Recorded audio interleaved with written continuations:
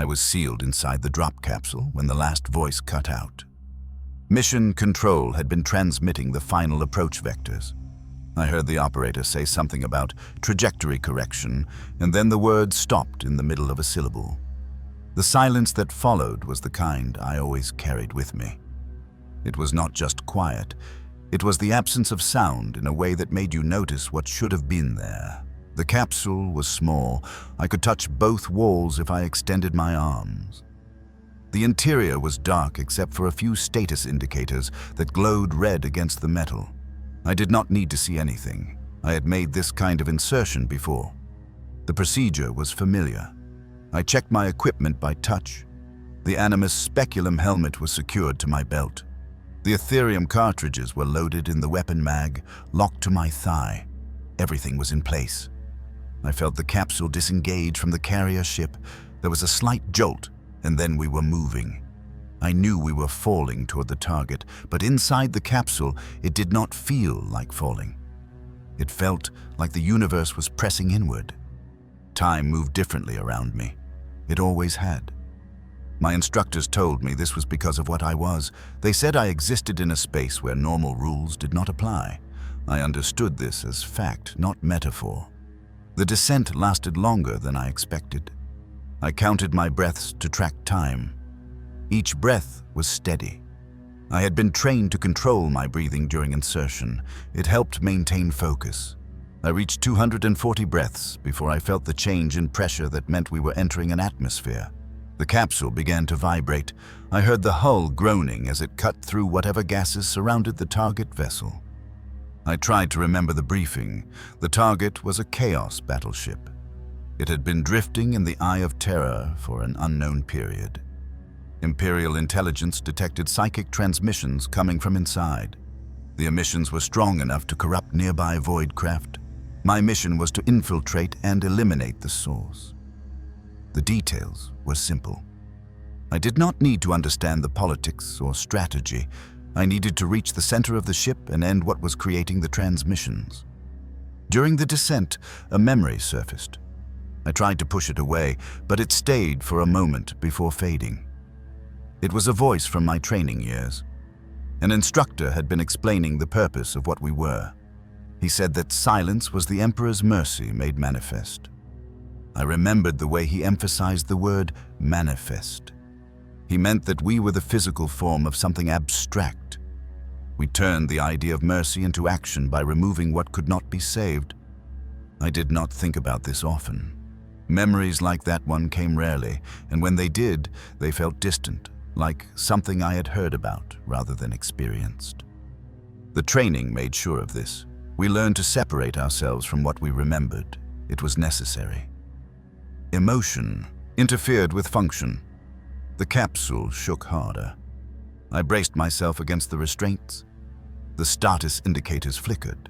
I wondered if the ship's systems were reacting to my proximity. This happened sometimes. Technology that relied on certain kinds of energy would malfunction when I was near. It was not something I controlled. It was just what happened. I thought about the moment before I left the carrier ship. No one had said anything to me. The crew avoided looking at me. They always did. I had walked through the embarkation deck and entered the capsule without speaking to anyone. This was normal. I did not expect conversation. My presence made people uncomfortable. They felt sick when they stood too close. Some of them became disoriented. I had been told this was because their minds registered something wrong about me at a level they could not articulate. I did not mind. The isolation was part of the function. If people had been comfortable around me, it would have meant I was not what I needed to be. The capsule hit something. The impact was sudden and violent. I felt my body slam against the restraints. The interior lights went out completely. For a few seconds, I heard metal scraping against metal, and then the sound stopped. Everything became still. I waited. The procedure was to remain secured until the atmospheric seal confirmed. I counted 30 breaths. The seal indicator did not light. I decided the system had failed. I released the restraints manually and moved to the hatch. The hatch controls were unresponsive. I used the manual override. The lever was stiff. I pulled hard, and something inside the mechanism gave way. The hatch cracked open. Air hissed through the gap. It smelled like burning metal and something organic that I could not identify. I pushed the hatch fully open and stepped out. The corridor I entered was wrong immediately. The walls were metal, but they looked wet. There were patterns carved into the surfaces.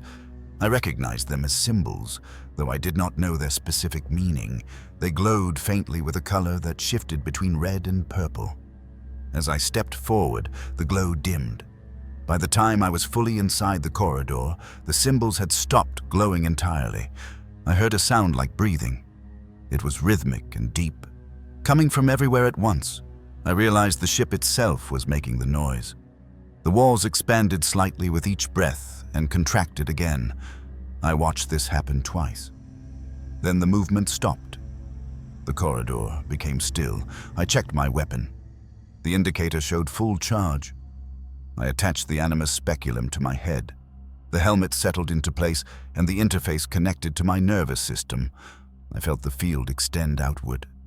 It was always active, but the helmet amplified it and gave me limited control over the radius. I moved down the corridor. My steps were quiet. The floor did not echo. Normally, boots on metal made noise, but here there was nothing. The air was warm.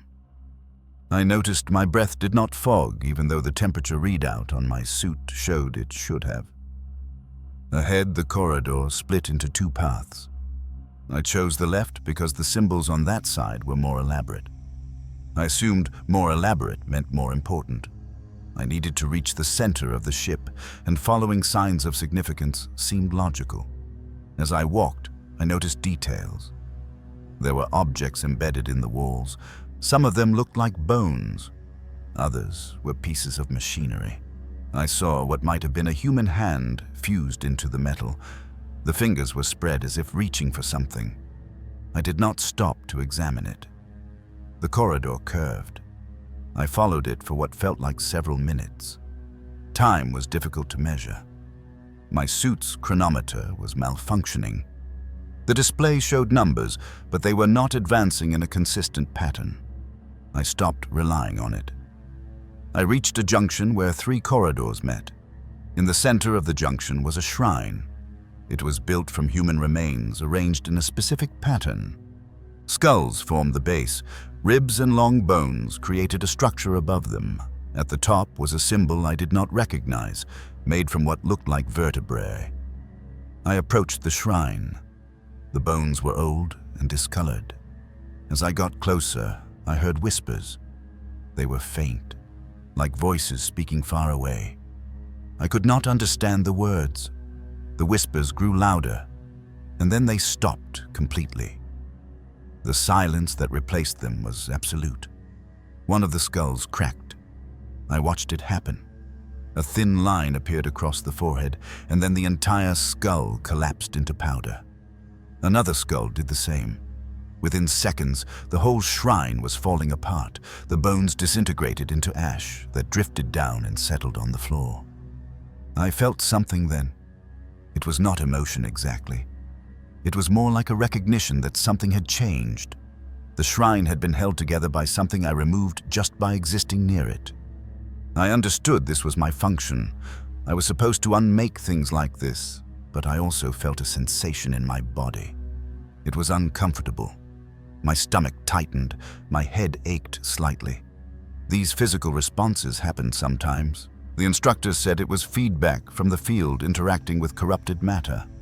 I tried to ignore it. I continued through the junction into another corridor. This one was narrower. The walls pressed closer.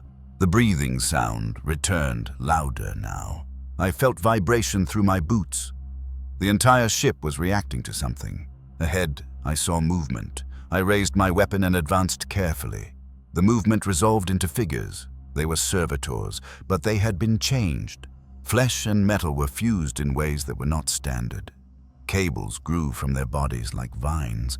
Their faces had too many eyes. They were praying. I heard their voices, mechanical and distorted, repeating words in a rhythm. The words were not Gothic.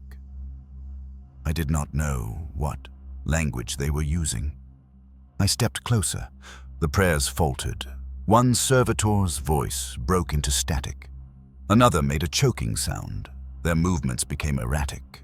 I saw one of them trying to turn toward me, but its body seized up. The eyes blinked rapidly, all of them out of sync.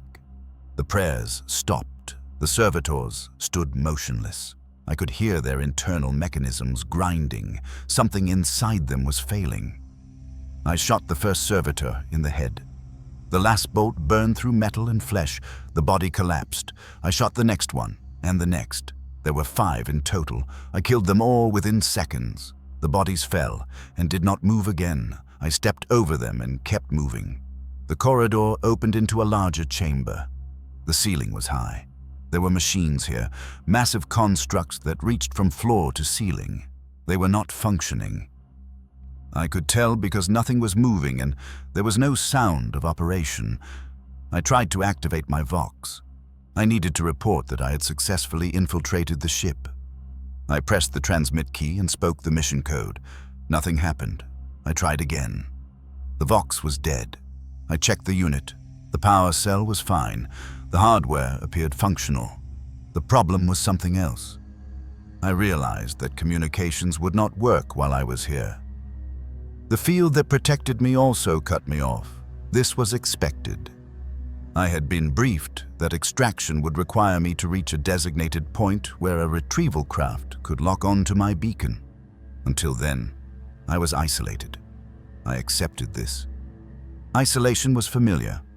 I had never not been isolated, even when surrounded by other people. I searched the chamber for an exit. There were 3 doorways. I chose the one that led deeper into the ship based on the schematic I had memorized. The schematic was incomplete because intelligence could not scan the interior properly, but it gave me a general direction. As I walked through the doorway, I felt the temperature drop. My suit compensated, but I noticed the change. The air became colder. I saw frost forming on the walls ahead. It spread in patterns that looked deliberate, like someone had drawn them. The frost stopped spreading when I got close. It melted rapidly, leaving wet streaks on the metal. I heard something behind me. I turned quickly, weapon ready. There was nothing there. The doorway I had come through was empty, but I was certain I had heard something. It sounded like metal scraping, or maybe something breathing. I waited. Nothing appeared. I turned back and continued forward. The corridor descended. I was going down into the lower sections of the ship. The walls here were different. They looked more organic. There were ridges and protrusions that reminded me of bone structure. I touched one of them. It was warm and slightly soft, not like metal at all. I pulled my hand back. The substance where I had touched it had turned gray and hard. It crumbled when I brushed it with my finger. I kept moving. I needed to reach the source of the psychic transmissions. Everything else was secondary. The mission parameters were clear. Find the source, eliminate it, extract if possible. I thought about the captive psyker I had been briefed on. Intelligence suggested the Chaos Forces had taken an Imperial psyker and were using them as a conduit. This was common practice. They tortured psykers until their minds broke, and then they channeled energy through them. If the psyker was still alive, I would end their suffering. That was part of the mercy my instructor had talked about. I reached another junction. This one had only 2 paths. I chose right because I heard something from that direction. It was a voice, human, calling out. The words were not clear, but the tone was desperate. I followed the sound. It led me to a section of corridor that ended in a heavy door. The door was sealed with symbols that glowed brighter than the others I had seen. These were wards. I recognized them from training. They were designed to contain psychic energy. I approached the door. The symbols flickered. Their light dimmed and then went out completely. The door shuddered. I heard locks disengaging inside the frame. The door opened slowly. Beyond it was a cell. The interior was lit by a weak light that cast long shadows. In the center of the cell was a figure suspended by chains. I stepped inside. The figure was human, barely. The body was thin and covered in marks. The head hung forward. I saw long hair matted with blood. The chains were attached to shackles that glowed with residual energy. I moved closer. The figure stirred. The head lifted slightly. I saw eyes, wide and unfocused. The mouth opened. "Help me!" The voice was broken. It sounded like it had not been used in a long time.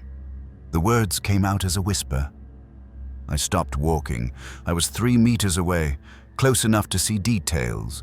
The figure was wearing the remnants of Imperial uniform. I recognized the markings. This was a sanctioned psyker. They looked at me. I saw their expression change.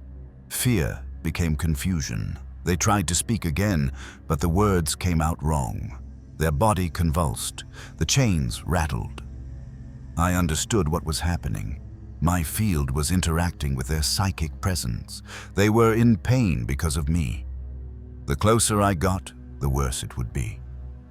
I stood there and tried to decide what to do. The mission did not require me to save this person. In fact, saving them was probably impossible.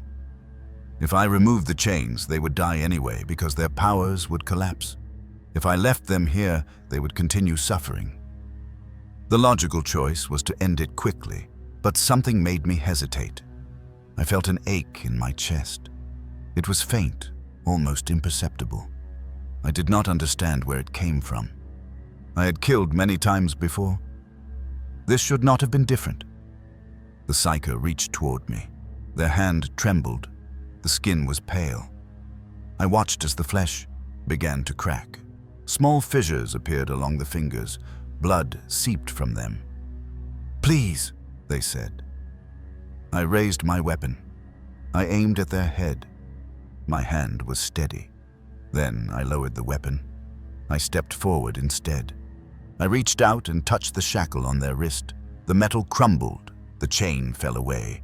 The psyker gasped. Their body jerked once, and then they went still. The light in their eyes faded. They stopped breathing. I stepped back. The body hung motionless from the remaining chains. I stood there for a moment. I did not know why I had done that. It had not changed the outcome. They died either way. But I had made a choice to approach, to touch, even knowing what would happen. I left the cell. Behind me, I heard the door close. The sound was final, like something sealing shut permanently. I continued deeper into the ship. I stepped from the capsule into a corridor that had been breathing moments before. The metal walls were lined with raised patterns that looked organic. I had been briefed on this. The ship was corrupted. Warp influence changed physical matter over time. The patterns were supposed to move. They were supposed to pulse. They had stopped moving when I arrived. I watched one of the patterns closely. It looked like a face pressed against the inside of the metal. The mouth was open. I could see teeth marks where something had tried to push through from beneath the surface. The face was frozen now. The metal around it had gone dull. I touched it with my gloved hand and felt the temperature dropping under my palm. This was normal. This was what I did. I moved forward down the corridor. My suit system showed breathable atmosphere, though contaminated with particulate matter. I kept my helmet sealed anyway. The lighting was dim. Red emergency strips ran along the floor edges. They flickered when I walked past them. Then they went dark. Then they came back on after I had moved further away. I had expected this. The briefing materials explained that my presence disrupted certain kinds of energy. Psychic energy, primarily, but also emotional resonance. Also some forms of electrical systems that had been touched by warp corruption. The ship's systems were integrated with demon binding. My field was unwinding those bindings as I moved. The corridor curved to the right. I followed it. On the walls I saw symbols painted in what looked like dried blood. I recognized some of them from training materials. They were prayers to the ruinous powers, specifically to Tsench. I had been told the ship belonged to a sorcerer who served the Changer of Ways. As I walked past the symbols, they changed. The lines blurred, the shapes lost definition. By the time I was 3 meters past them, they looked like random smears. No pattern remained, no meaning survived. I felt nothing about this. I noted it as confirmation that my field was operating at expected strength. The corridor opened into a larger chamber. I stopped at the entrance and observed. The chamber was circular, about 20 meters across. The ceiling was 10 meters high. Chains hung from the ceiling at irregular intervals. Some of the chains had objects attached to them. I saw skulls. I saw pieces of metal shaped like holy symbols, but inverted. I saw what looked like books, hanging open with their pages dangling. Everything in the chamber was moving when I first looked. The chains were swaying. The objects were rotating slowly. The pages were fluttering even though there was no wind. Then everything stopped. I counted to 10, watching for any resumption of movement. Nothing moved. I entered the chamber. As I walked beneath the hanging objects, I heard sounds starting to fade. I had not noticed the sounds before I entered. Now I noticed them because they were disappearing. There had been whispers. There had been a low chanting sound, like many voices speaking the same words, but not quite in sync. There had been a sound like breathing that came from the walls themselves. All of these sounds decreased in volume as I moved through the chamber. By the time I reached the center, I heard only my own breathing inside my helmet and the sound of my boots on the metal floor. I stopped in the center and turned slowly, checking all directions. The training had been very clear about this. I was not to trust my visual perception in warp-corrupted environments. Things could hide in the spaces my mind refused to see, but my field would affect them whether I saw them or not. So I had learned to watch for distortions, for things that changed or vanished when I looked directly at them. I saw movement on the far wall. Something had been pressed into the metal there. It was larger than the faces I had seen in the corridor. It was the size of a person. As I watched, it tried to pull itself forward. The metal stretched like skin. I saw a hand pushing through, fingers spread wide. Then the hand stopped pushing. The fingers curled inward. The metal sagged. The shape became less defined. Within 30 seconds, the wall looked almost flat again. Just a slight bulge remained. Then even that was gone. I felt my stomach tighten. This was a physical response my body still produced sometimes. The medical staff called it autonomic discomfort. My presence created a kind of vacuum when something psychic or emotionally charged existed near me. It was pulled apart. The energy had to go somewhere. Some of it was absorbed into the field I generated. Some of it dispersed.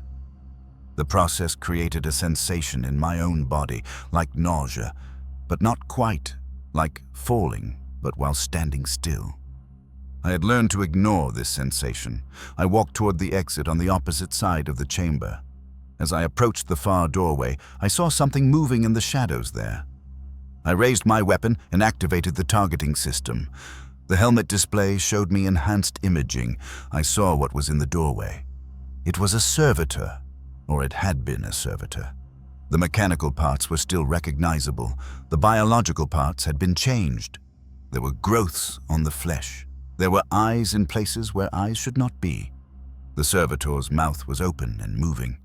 I could see teeth that were too long. I could see a tongue that split into 3 smaller tongues at the tip. The servitor was speaking.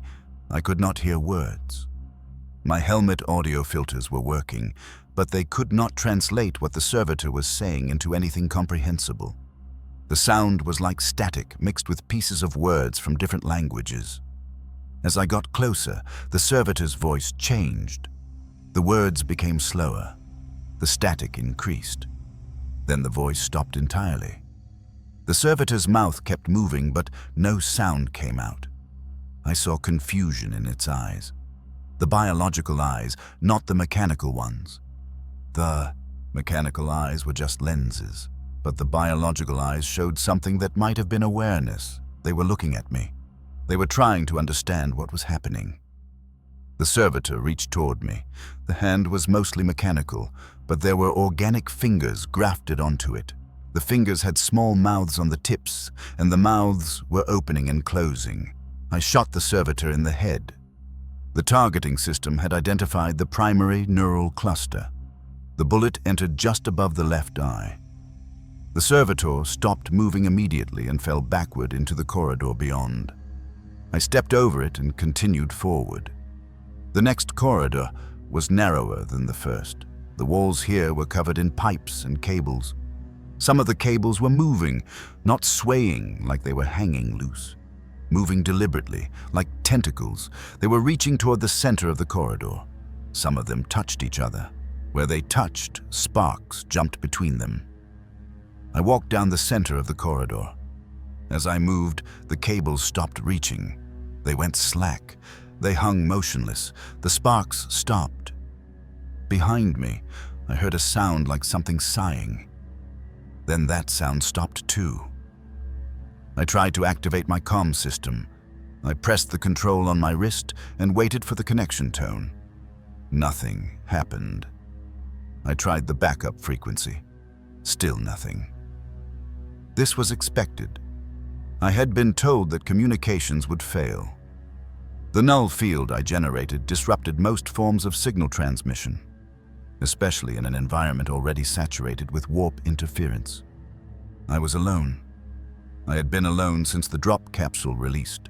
I would remain alone for the duration of the mission. I checked my mission chronometer. 18 minutes had passed since infiltration. The primary objective was located approximately 300 meters ahead and 40 meters down, according to the schematic I had memorized. I needed to reach the lower decks. I found a stairwell at the end of the corridor.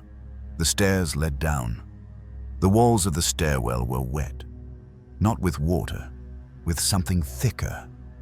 I saw it dripping from the ceiling. It was dark red and moved slowly, like oil. Some of it had pooled on the steps. I descended carefully, avoiding the pools where possible. When I had to step in them, I felt my boots stick slightly. The liquid had adhesive properties. When I lifted my foot, strands of it stretched between my boot and the step, then broke. Halfway down the stairwell, I heard something. It was above me. It sounded like footsteps, but wrong. Too many points of contact, not a human walking pattern. I stopped and looked up. The stairwell curved, so I could not see more than one flight above me. I waited. The sound continued. It was getting closer. Then the sound changed. It became irregular. I heard something scraping. Then I heard what might have been a voice, high-pitched, repeating the same syllable over and over. Then silence. I waited 30 seconds. Nothing more. I continued down. At the bottom of the stairwell, I found a door that had been sealed. Someone had welded metal bars across it. I examined the welds. They looked recent. The metal around them was still slightly discolored from heat. I placed a small breaching charge on the weakest weld point. I stepped back and triggered it. The explosion was muffled. The charge was designed for quiet breaching. The weld shattered and the bars fell away from the door. I pushed the door open and entered the lower deck. The smell hit me even through my helmet filters. Something was rotting. The air quality sensors showed dangerous levels of biological contamination. I sealed my suit to full containment mode. The corridor here was different from the upper decks. It was wider. The ceiling was lower. There were windows along one wall, not real windows. Display screens showing exterior views, except the views were wrong. I saw stars, but they were arranged in patterns that hurt to look at. I saw shapes moving between the stars, large shapes. They did not move like ships, they moved like living things. Swimming. I looked away from the displays. I had been trained not to focus on images that could carry psychic contamination. Even my resistance had limits. I heard something ahead of me. It was not a voice. It was more like music, very faint. Multiple tones overlapping, rising and falling without any pattern I could recognize. I moved toward the sound. As I got closer, it became quieter. The tones separated. Then they stopped one by one.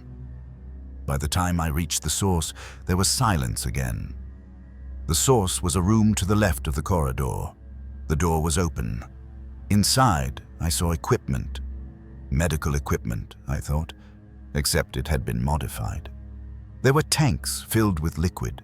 There were tables with restraints. There were cables running from the equipment into the walls, and the cables pulsed with light. The light was fading now. As I watched, it dimmed further, then went out completely.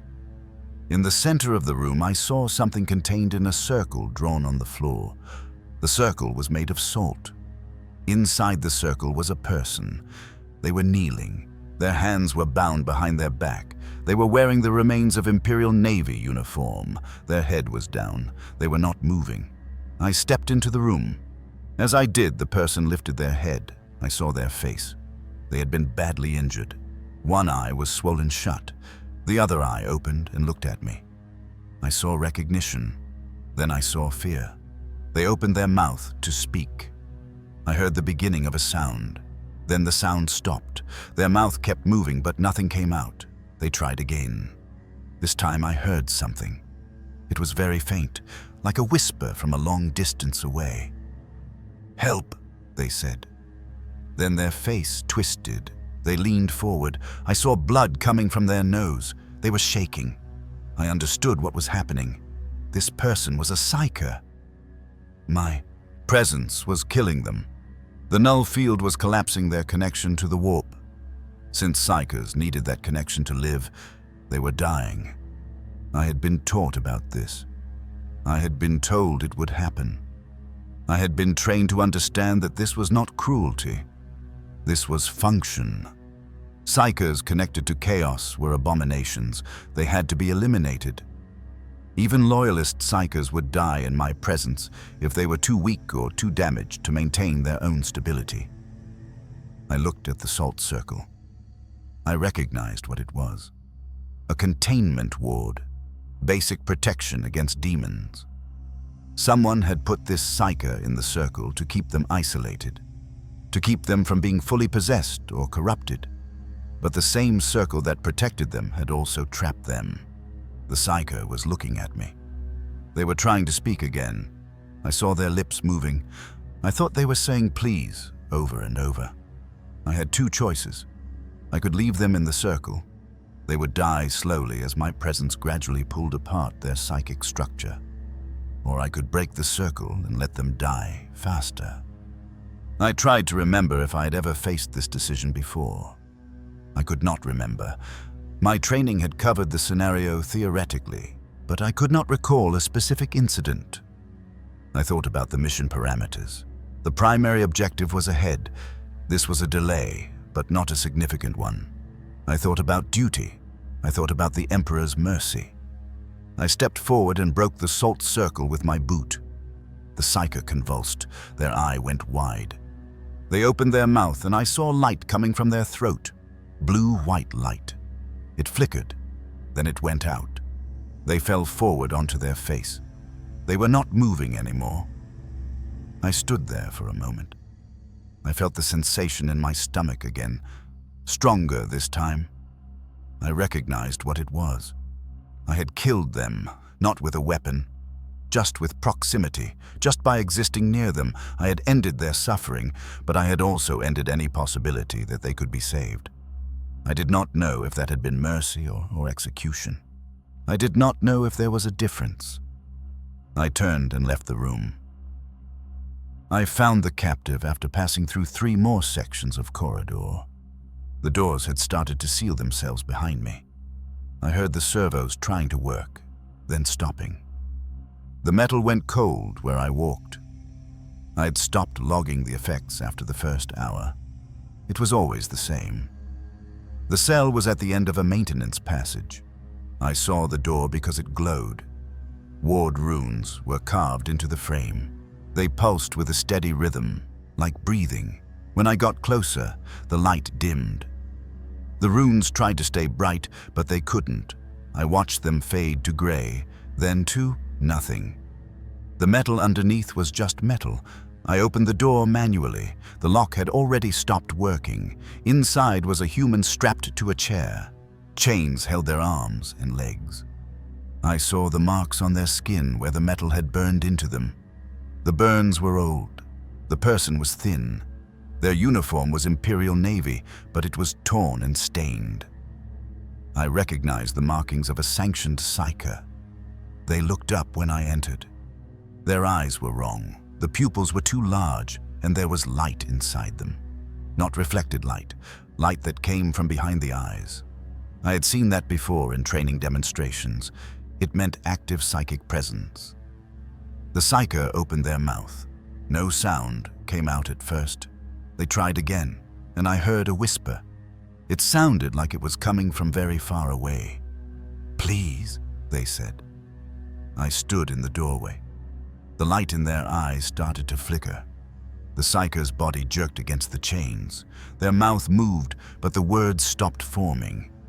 I watched their face twist. They were trying to speak, but something was preventing it. It was me. My field was touching them.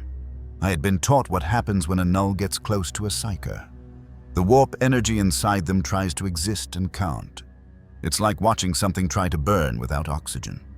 The psyker's power was collapsing inward. I could see it in the way their muscles tensed, the way their breathing became irregular. They screamed, but there was no sound. Their mouth was open and their throat was working, but nothing came out. The air between us seemed too thick. I tried to step back to give them space, but my body didn't move. I was following procedure. Procedure said to neutralize psychic threats. The psyker slumped forward. The chains caught them. Their head hung down. I saw their shoulders shaking. They were crying, I think, but even that was silent. I looked at the cell. It was small. There were markings on the walls. I recognized them as chaos symbols, but they were crude. Someone had carved them recently, probably to keep the psyker contained. There were dried blood stains on the floor. The air smelled like burned meat and something else. Something chemical that I didn't recognize. The psyker lifted their head again. They looked directly at me. Their eyes were dimmer now. The light was going out. They mouthed words. I couldn't hear them, but I could. Read their lips. "Help me." I understood what they meant. They wanted me to free them, but I also understood what would happen if I did. Getting closer would make it worse. The null field doesn't have an off switch. It doesn't stop. As long as I was near them, their power would keep trying to collapse. They would keep experiencing that collapse. I remembered something from training. One of the instructors had explained that death by null field was not quick for psykers. They feel their connection to the warp being torn away. They feel themselves becoming hollow. The instructor had said it was one of the more painful ways to die, but also one of the most certain. A psyker killed by a null doesn't leave a trace in the warp. There's nothing for demons to grab onto. The instructor had called it clean. I looked at the psyker's face. They were young, younger than I expected. Their hair was short and dark. There was a birthmark on their left cheek. I noticed these details because I was trying to decide what to do, and my mind was cataloging everything while I thought. Orders were to eliminate psychic threats, but orders didn't say anything about captured loyalists. There was no protocol for this exact situation. I was supposed to use judgment. I thought about leaving. I could close the door and continue to the primary target. The psyker would survive until the ship collapsed or until someone else found them. That would delay their death, but not prevent it. And they would still be in pain, because the chaos symbols on the wall were designed to hurt them. I had read about torture methods used on captured psykers. The pain was constant. Or I could open the cell fully and approach. That would kill them faster. Minutes instead of hours or days. But I would have to watch it happen. I would have to stand there while they died. I tried to remember if I had ever felt sympathy before. I thought I had, a long time ago. There was a memory of something warm, something that made me want to protect people. But when I reached for it, the memory slipped away. It was like trying to hold water. The psyker's head dropped again. Their breathing was shallow. I watched their chest rise and fall. The rhythm was uneven. I stepped into the cell. The psyker's body convulsed. The chains rattled, their back arched and their mouth opened wide. Still no sound. I could see their teeth. Some of them were broken. I kept walking forward. Each step made it worse. The psyker's skin started to change color. It went pale, then gray. I saw veins standing out on their neck and arms. They were dark, almost black. The light in their eyes was almost gone. Just a flicker now, like a candle about to go out. I reached out and touched the chains. The metal was warm. When my hand made contact, the warmth faded. The chains went cold. The locks opened by themselves. The psychic energy holding them sealed had been disrupted. The psyker fell forward. I caught them. Their body was light, too light. I could feel their ribs through the torn uniform. Their skin was cold now, cold like the metal. They looked up at me one more time. Their eyes were nearly normal. The light was gone. They looked human again. Just for a moment, their lips moved. "Thank you."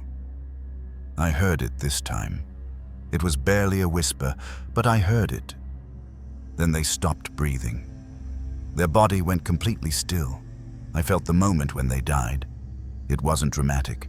There was no final gasp or shudder. They just stopped. The connection between their body and whatever had been keeping them alive was severed.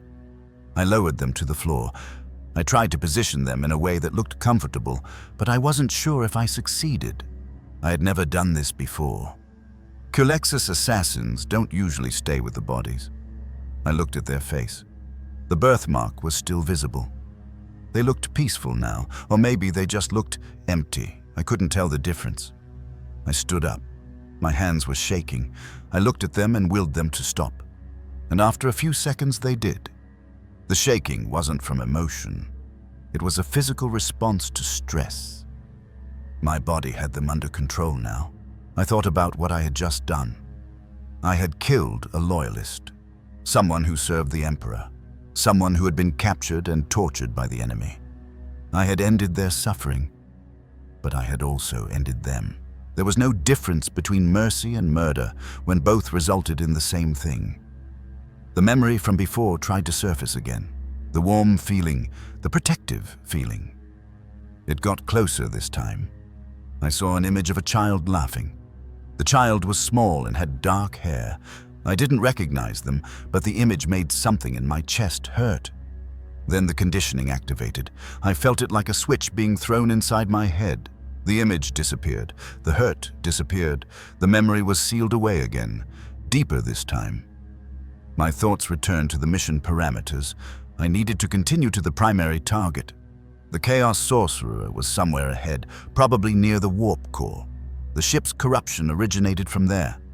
If I could reach the core and eliminate the sorcerer, the mission would be complete. I looked back at the psyker's body one more time. I tried to feel something about what I had done. Regret, maybe, or satisfaction, but there was nothing. Just the knowledge that I had made a choice and acted on it. I left the cell. The door sealed behind me. I heard the servos strain and then stop. Everything stopped when I passed.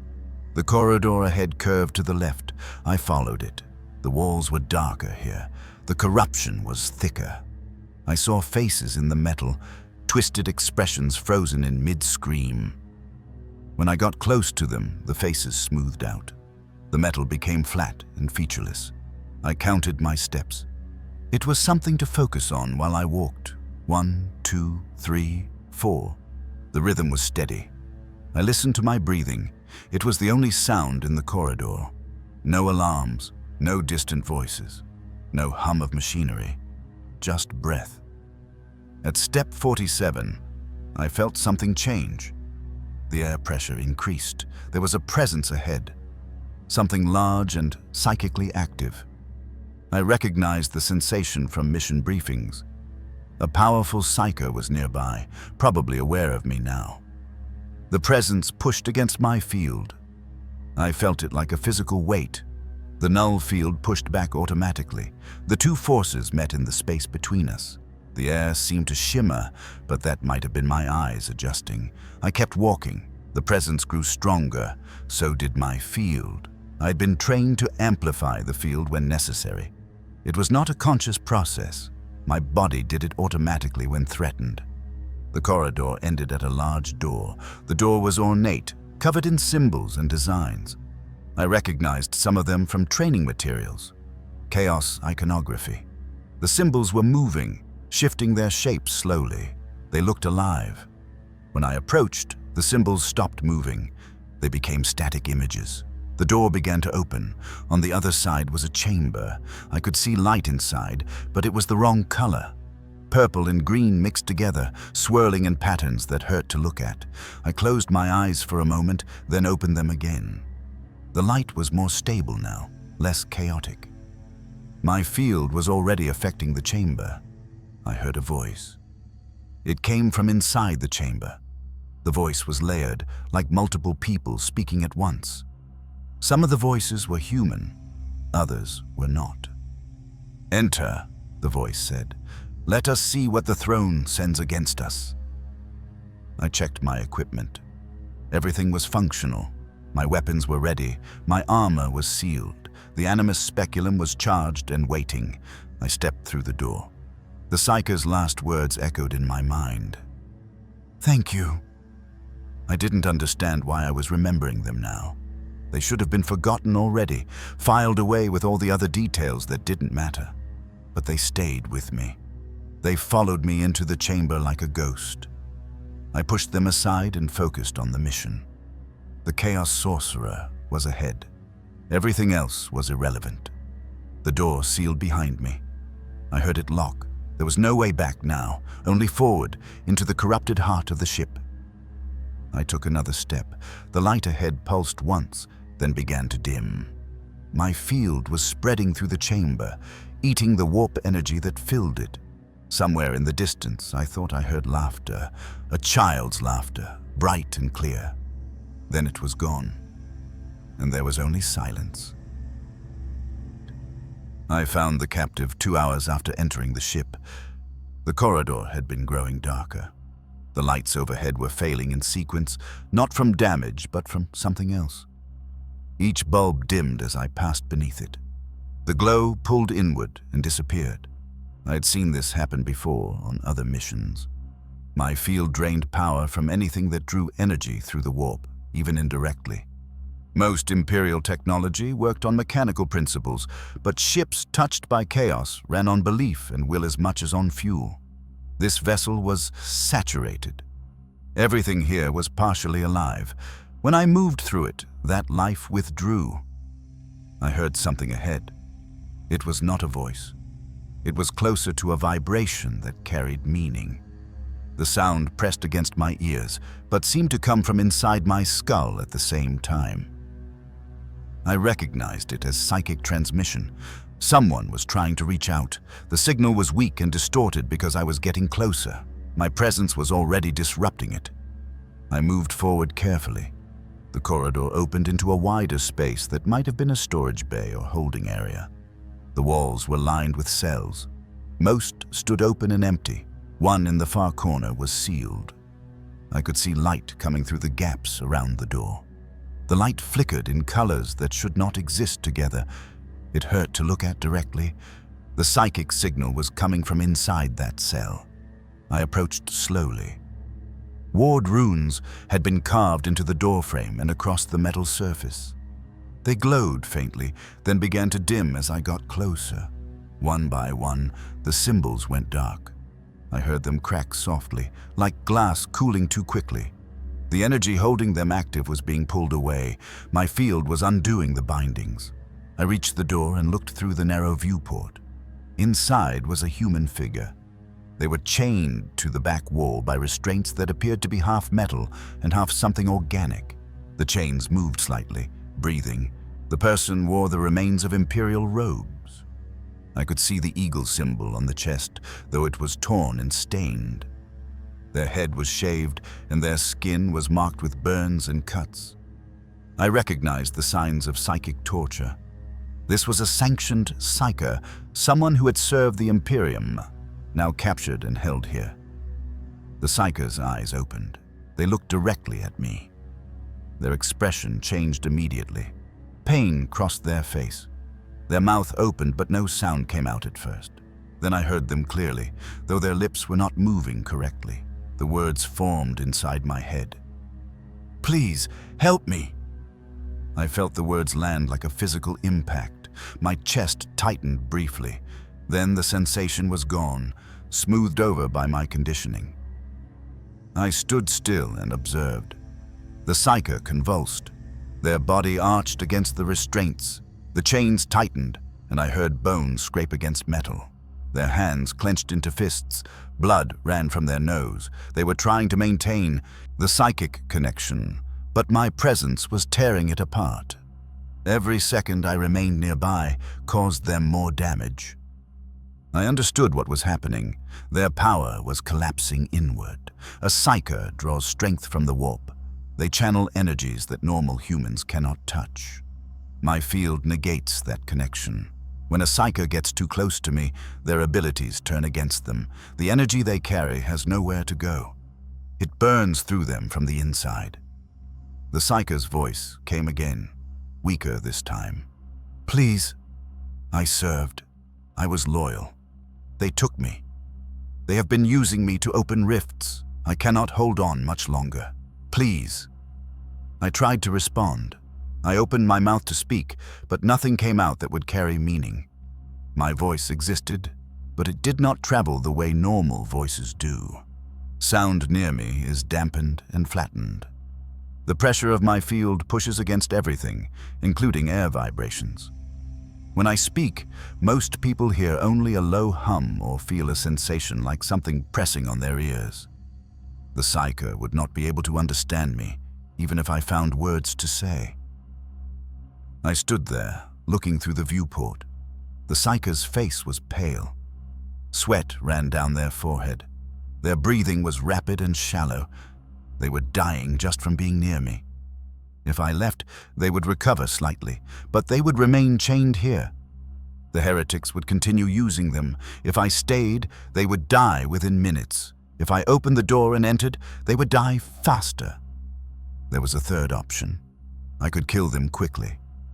It would be more efficient than letting the field do it slowly. I thought about this for several seconds. My orders had been clear. Infiltrate the vessel. Neutralize the Chaos Sorcerer sustaining its warp presence. Destroy the warp core if possible. Extract if retrieval was feasible. There had been no mention of prisoners, no instructions regarding captured Imperial personnel. I had been trained to follow orders precisely. Deviations introduced risk. Risk led to mission failure. Mission failure cost lives, sometimes thousands or millions of lives, depending on the target. But standing here, I felt something I could not immediately identify. It was faint and difficult to hold on to. It reminded me of the memory fragment I had experienced earlier, the sound of laughter from a child I did not remember being. That memory had caused pain. This feeling was similar, but not the same. I realized I wanted to help. The thought was foreign. I examined it carefully. Wanting implied preference. Preference implied emotion. Emotion was a vulnerability I had been conditioned to suppress. My trainers had repeated the principle many times. Emotion creates hesitation. Hesitation creates failure. I was a tool, not a person.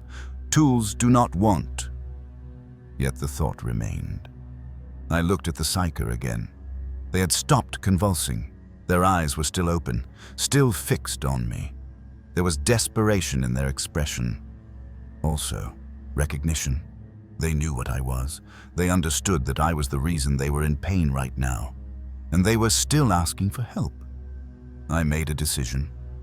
I placed my hand on the door mechanism. The lock was psychically sealed, designed to respond only to specific warp signatures. As my hand touched it, the seal disintegrated. The door clicked open. I pushed it slowly. Inside, the cell was smaller than it had appeared. The walls were covered in symbols that faded as I stepped through the threshold. The psyker was directly ahead, less than 3 meters away. That distance was too close. I felt the field intensify automatically. The air between us seemed to thicken. The psyker screamed. It was not a sound. It was a psychic cry that collapsed the moment it formed. I felt it try to exist and then vanish. The Psyker's body jerked violently. The chains pulled taut. Skin tore where the restraints gripped. Blood began to run more freely. I moved forward. I needed to end this quickly. The Psyker's eyes widened. They understood what was happening.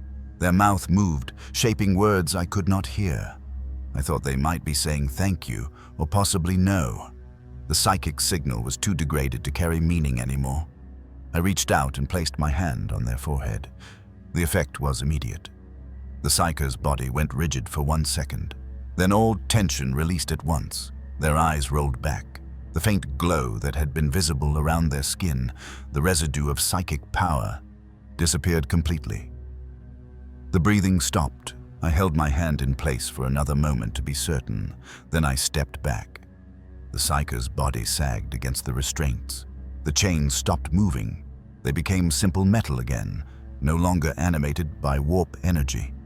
The cell felt heavier somehow. The air was cold and still.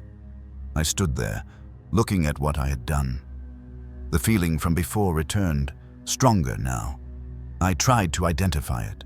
It was not satisfaction. It was not regret exactly. It was closer to emptiness, but an emptiness that noticed itself.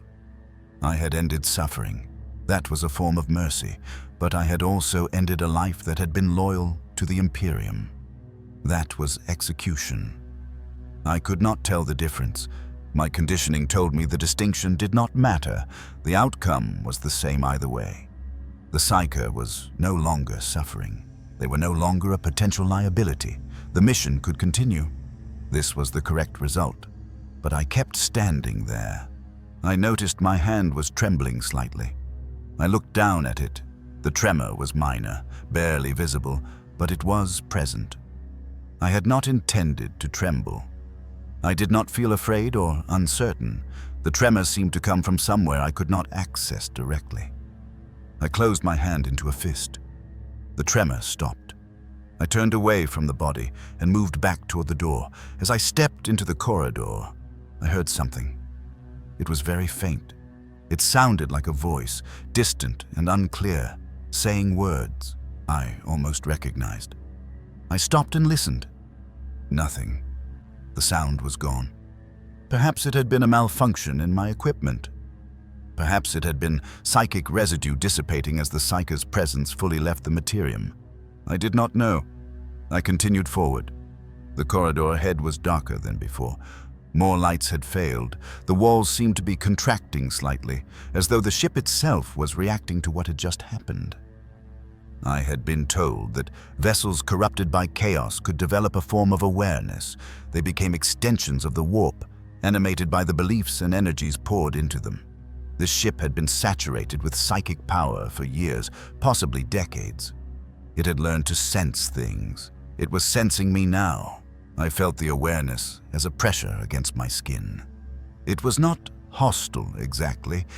It was more like the ship was trying to understand what I was. I represented something it had never encountered before. I was a void inside its structure, a place where its existence could not reach.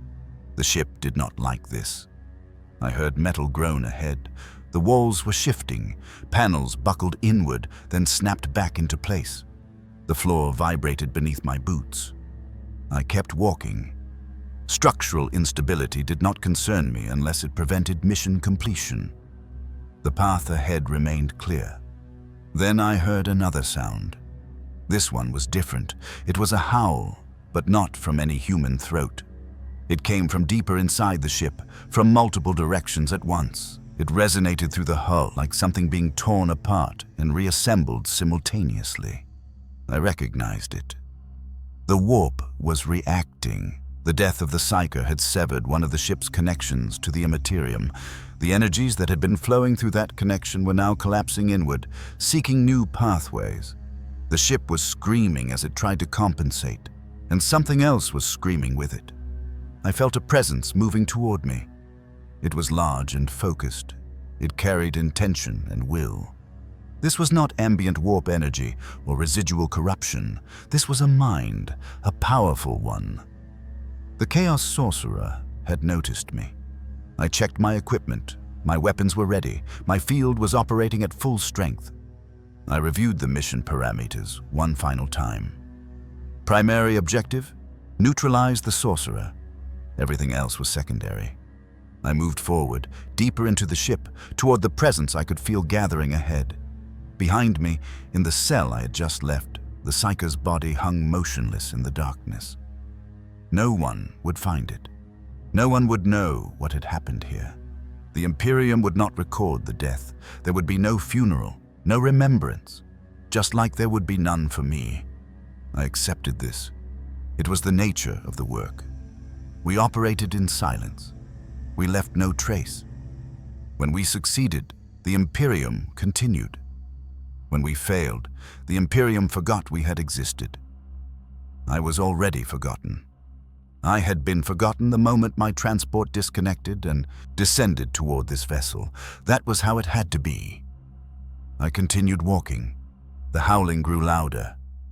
The walls began to weep something that was not quite liquid. The temperature dropped. Frost formed on my armor in patterns that hurt to look at. Ahead, the corridor opened into a larger space. I could see light beyond, shifting through colors that made my eyes ache. I heard voices chanting in languages that predated human speech. The air tasted like metal and ash. I stepped forward into the light, and the ship's screaming reached a peak that felt like the universe was splitting open. Then I was inside, and the confrontation began. I moved through the collapsing corridors alone. The ship was dying around me, but I could not hear it the way others would have. There were no screams, no alarms, no prayers. My field consumed all of it before the sound could reach me. The walls had stopped pulsing. I noticed that first. When I had entered the vessel hours earlier, the metal had seemed to breathe. Now it was just metal again. Cold, still. The corruption that had animated it was gone. I had taken it away by being near it. I walked slowly. There was no need to hurry. The mission was complete. The sorcerer was dead. The warp core had collapsed into itself when I touched him. I had watched his armor fall empty to the floor. The soul inside him extinguished before it could scatter into the immaterium. That was what I did. I ended things that should not exist. My breathing was the only sound I could hear. It had always been that way. Even as a child in the temple, I had heard only myself. The instructors learned to write their orders instead of speaking them. When they did speak, their voices came through as pressure against my ears rather than words. I learned to read their lips. I learned to understand commands by watching hands and ears. I had forgotten most of that training. I remembered the facts of it, but not the feeling. Feelings did not survive long in my presence. Even my own dissolved if I let them surface. The corridor ahead split into two paths. I chose the left one because it sloped downward. I was moving deeper into the ship without planning to. My legs carried me forward while my mind stayed empty. This happened sometimes after a kill. The purpose that had driven me would fade, and I would drift until new orders arrived. But there would be no new orders. I knew that. The Vox had died when I boarded. The signal could not penetrate my field. I had been alone since the moment the drop capsule sealed. That was normal, expected. I had trained for it. I passed through a chamber that had once been a shrine. I could tell because of the bones. They were arranged in patterns on the floor, forming symbols I recognized from briefing materials. Chaos devotional imagery. The cultists who made this place had spent hours positioning each bone correctly. They had believed it mattered. Now the bones were just bones. The symbols meant nothing. When I stepped into the room, whatever power had been gathered here vanished. The skulls lost their arrangement and rolled apart. I heard them clicking against the metal floor. Small sounds, physical sounds, not the psychic howling that had filled this place before I arrived. I knelt beside one of the skulls. I was not sure why. My hand reached out without me deciding to move it. I touched the bone. It was cool and smooth, human. Someone who had lived and died and been used for this purpose afterward. I wondered if they had screamed when they died. I would never know. If I had been there, the scream would have stopped before reaching my ears. Everything stopped around me. A memory tried to surface. I felt it pushing up through the layers of conditioning like something drowning that wanted air. I saw a room, a training floor, other children arranged in rows. We were practicing silence. That was what they called it. We sat without moving for hours while instructors walked between us. The ones who fidgeted were removed. I had never fidgeted. I had sat perfectly still because stillness felt natural to me. The instructors praised me for it. They said I was already what the others would become. One of the other children had laughed during the exercise. I remembered that. The sound had been brief and high, cut off almost immediately.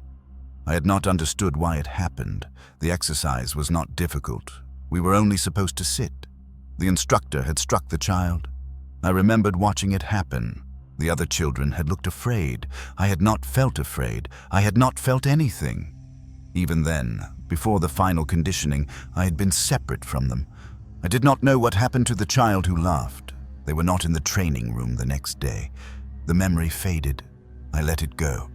My hand was still touching the skull. I pulled it back and stood. The bones scattered further as I turned away. I found the psyker's body 2 corridors later. I had known I would return here. The cell door was open. I had opened it hours ago. The body was exactly where it had fallen. The psyker had been young. I could see that now. When they had been alive, their face had been twisted by pain and corruption. Now it was smooth, almost peaceful. Death had been instant. My field had crushed their power inward and stopped their heart before they could understand what was happening. They had reached toward me. I remembered that. Their hand had extended through the bars before I opened the door. They had been trying to touch me, trying to make contact with another human being. I had not understood that at the time. I had interpreted it as threat response. But looking at the body now, I saw the hand was still outstretched, still reaching. They had asked for help. I remembered the shape of their mouth forming the words. Help me. The sound had not reached me properly, but I had read their lips. I had helped them. I had ended their pain. That was the only help I could give. My existence killed suffering by killing everything that could suffer.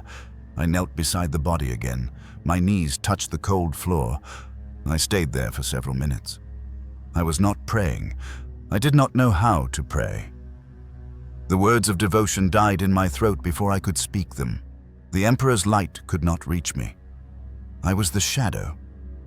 His light cast when it needed to destroy what it could not illuminate. An instructor had told me that once. You are the Emperor's mercy, she had said. She had written it on a data slate and held it up for me to read. Silence is the Emperor's mercy made manifest.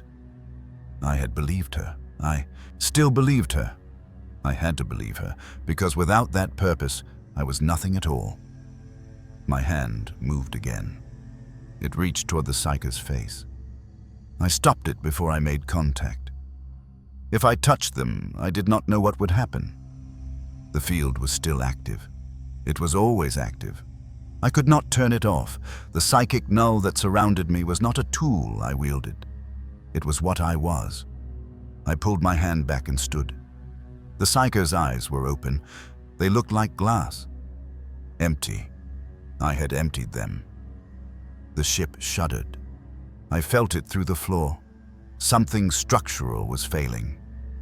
The warp core's collapse had destabilized the vessel's entire framework.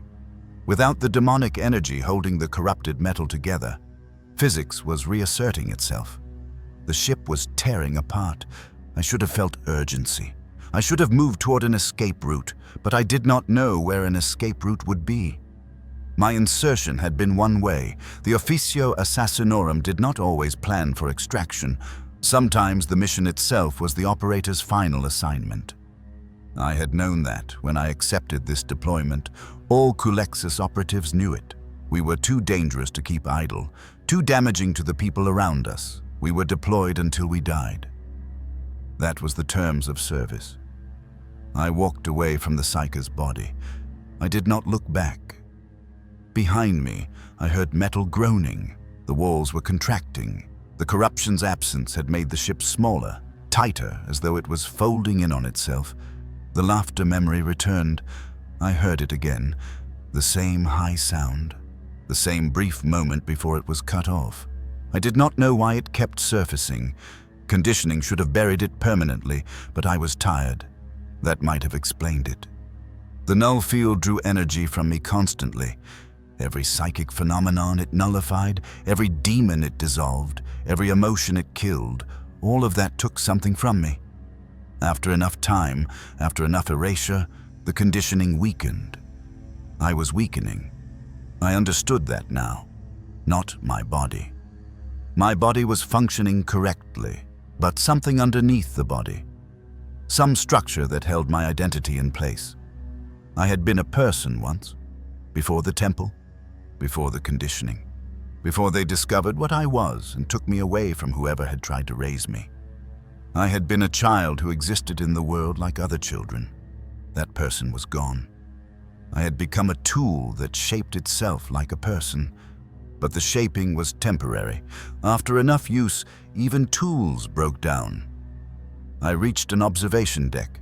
The transparium was cracked. I could see void beyond it, stars that looked wrong. Twisted, we were still inside the eye of terror. Reality here did not follow normal rules, but my field enforced normality. Around me, even the impossible became mundane. I stood at the cracked window and looked out. The void was very dark, very empty. It looked the way I felt inside. The ship shuddered again, harder this time. I held onto a support rail to keep my balance. Metal screamed somewhere below me. Atmosphere was venting. I could hear it as a distant hiss. I would die here. I knew that. The ship would break apart, and I would be thrown into the void. My body would freeze. The null field would fade when my brain stopped functioning, and then I would be gone. No soul to persist in the warp. No afterlife, no continuation, just silence. I had always been heading toward this. Every mission, every kill, every moment of service. It had all been moving me toward final erasure. The thought did not frighten me. It felt correct, appropriate. I had spent my life creating absence. Now I would become absence myself. The transparium cracked further. A thin line split across the surface. Air began to leak through it. I felt the pressure change against my skin. I closed my eyes. I tried to remember my name. The name I had been given before the temple took me. Before I became Culexus. Before I became nothing, I could not remember it. The information was gone, scrubbed away by conditioning and time and the constant erosion of my field eating everything around me, including memory. I opened my eyes again. It did not matter.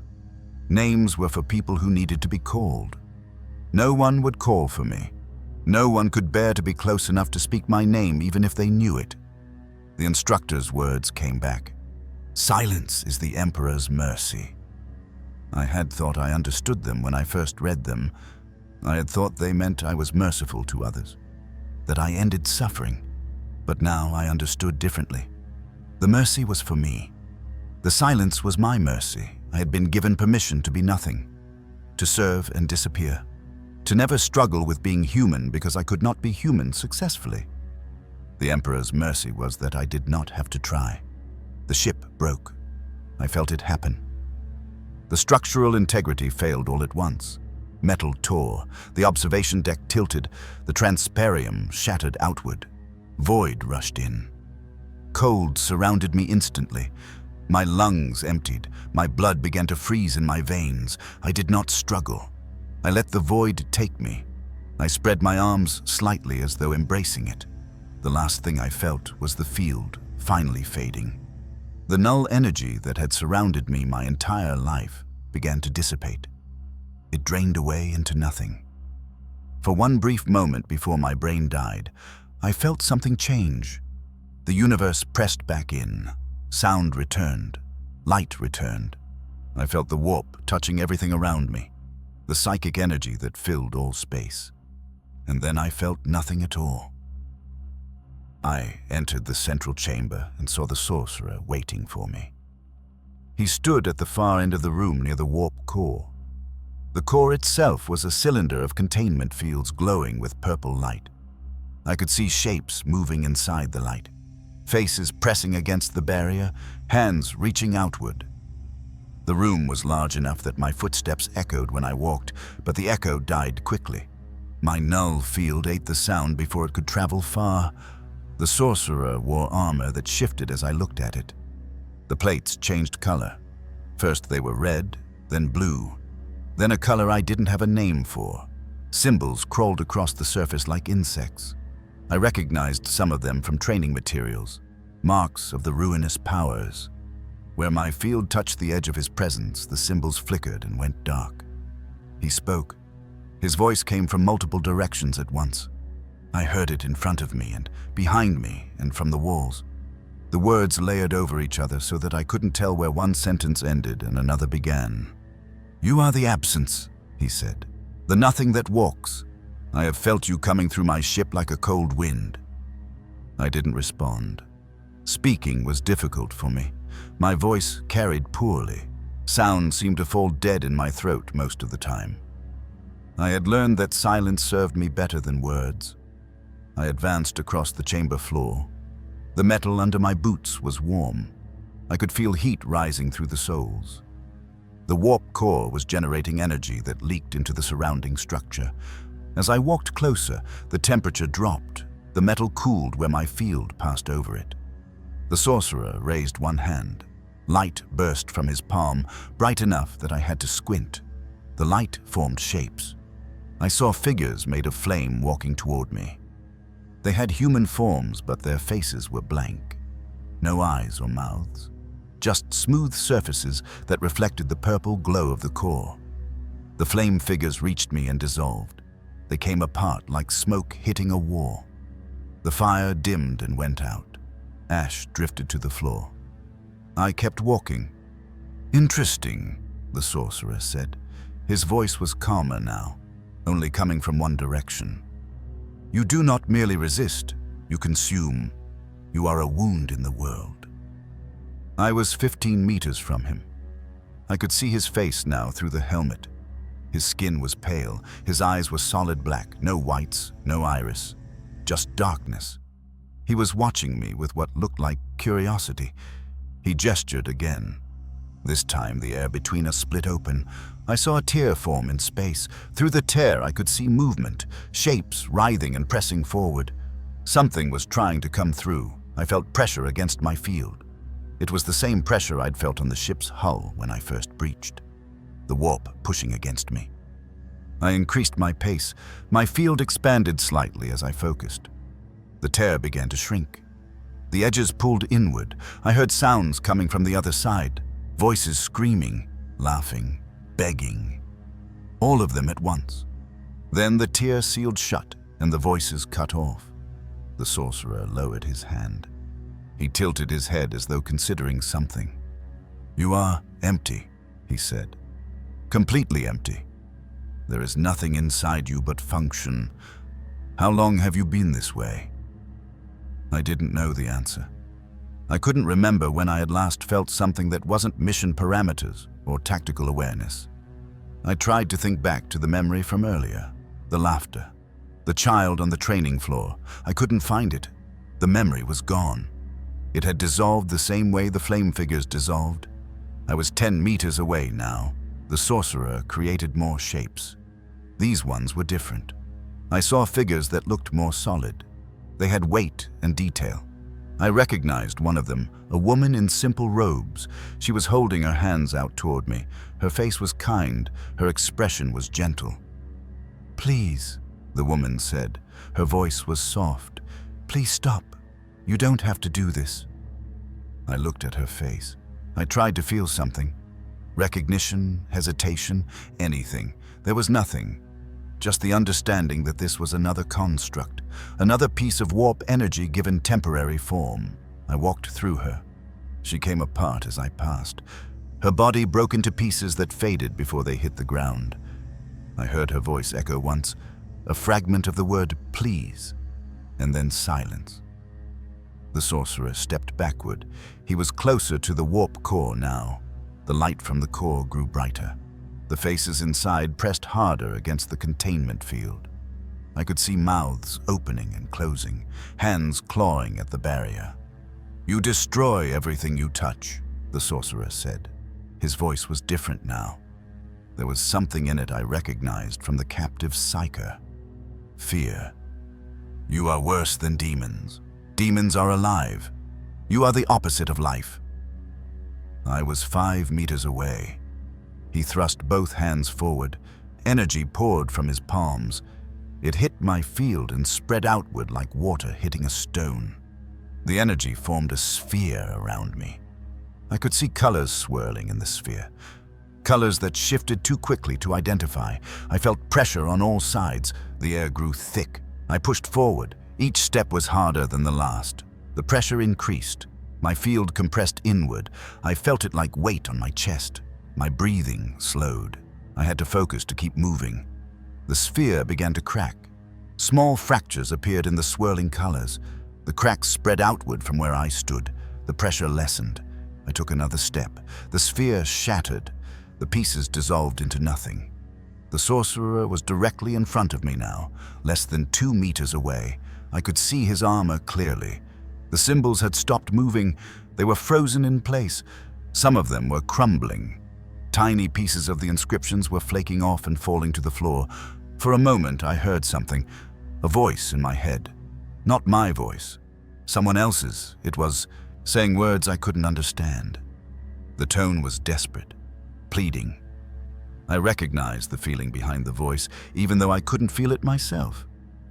It was the same feeling the captive psyker had tried to express. "Help me!" The voice cut off. I was alone in my head again. I reached out with my right hand. My hand was steady. I remembered the moment in the shrine room when my hand had trembled. That didn't happen now. There was no tremor, no hesitation, just movement towards completion. The sorcerer tried to move backward. He pressed against the warp core's containment field. The field pushed back. He had nowhere to go. He raised his hands. Energy gathered around his fingers. Pale light formed into shapes, hooks and blades made of frozen thought. The light died before it could take full form. My field touched it and it went out. The shapes collapsed. His hands fell to his sides. I placed my palm against his forehead. My hand covered the space between his eyes. His skin was cold, colder than I expected. I felt the moment of contact clearly, the sensation of my hand meeting something solid. Then everything stopped. The room went silent, not the silence of empty space. This was different. This was the silence of everything ending at once. The purple light from the warp core dimmed. The faces inside the containment field froze mid-scream. The air itself seemed to hold still. The sorcerer's body remained standing for 3 seconds. I counted them.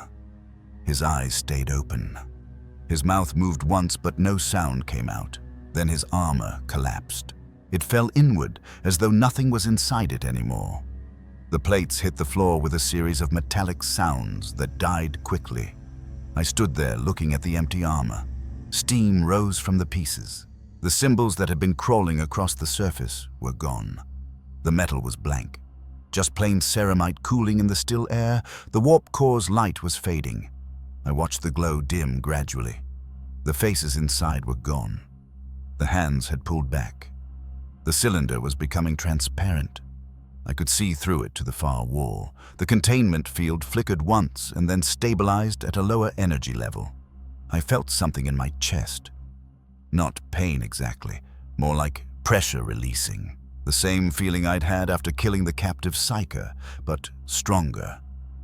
Everything inside me that had been pulled tight was loosening. I took a breath. It came easier than before. I tried to examine what I was feeling. There was relief, not happiness or satisfaction. Just the simple knowledge that the thing I'd been sent to do was finished. The mission was complete. The sorcerer was dead. The ship's connection to the warp was severed. I thought about the woman he'd created. The construct with the kind face asking me to stop. I tried to remember if I'd felt anything when I walked through her. I couldn't find any memory of emotion, just the tactical assessment that she wasn't real and the decision to continue forward. I looked at my hand, the one I'd used to touch the sorcerer. There was no mark on it, no burn or stain. It looked exactly as it had before. I flexed my fingers. They moved normally. The training instructor's voice came back to me, the one from the memory before. Silence is the Emperor's mercy. I understood the words differently now. Mercy wasn't about kindness. It was about ending things cleanly, making the noise stop, taking away the suffering by taking away everything. I heard a sound from above, a groaning noise. The ship's hull was moving. I could feel vibrations through the floor. The structure was coming apart. Without the warp energy holding it together, the vessel was failing. The metal couldn't support itself. I turned away from the empty armor and walked toward the exit. My footsteps echoed briefly and died. Behind me, I heard the warp core's containment field shut down completely. The hum of the machinery stopped. The room fell into total silence. As I reached the doorway, I looked back once. The chamber was dark now. The only light came from emergency strips along the walls. They cast a dim red glow over everything. The sorcerer's armor was just a pile of metal pieces in the center of the floor. Nothing moved. Nothing made sound. I stepped through the doorway and continued down the corridor. The ship was dying around me. I could hear it in the way the walls creaked, feel it in the way the floor tilted slightly under my boots. The vessel was collapsing inward. I walked through the halls and felt the weight of what I'd done settling over me. Not guilt, not regret, just awareness. I had removed something from the universe, made a space where something had been. That space was spreading outward now. The ship was falling into it. I thought about the faces I'd seen, the flame figures, the woman, the sorcerer's expression in the final moment. All of them were gone now, erased. They'd been made of warp energy, and my field had unmade them. That was my function. That was why I existed. I found myself accepting it. The weight wasn't burden. It was confirmation. I was doing exactly what I'd been designed to do. There was cleanness in that, purity in the simplicity of purpose. The corridor ahead was darker. The emergency lights were failing. I activated the low-light vision in my helmet. The hallway appeared in shades of green. I could see debris scattered across the floor. Pieces of the ceiling had fallen. The walls were splitting along welded seams. I kept walking. There was nowhere else to go but forward. The ship was coming apart behind me. Each section I passed through sealed itself off as the structure failed. I heard bulkheads closing, felt pressure changes as compartments vented into space. I thought about the laughter again.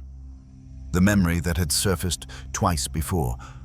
I tried to find it one more time. I searched through my thoughts carefully. There was nothing there. The memory was completely gone. I couldn't remember what it had sounded like. Couldn't remember the feeling it had carried. That was good. Memories were vulnerabilities. The instructor had taught me that. I repeated the words in my head.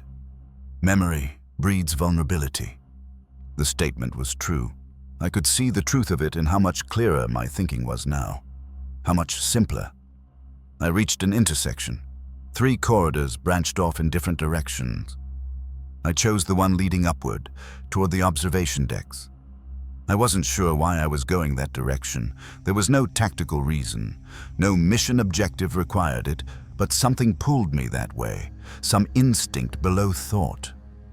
I climbed through access shafts and emergency passages. The ship groaned around me.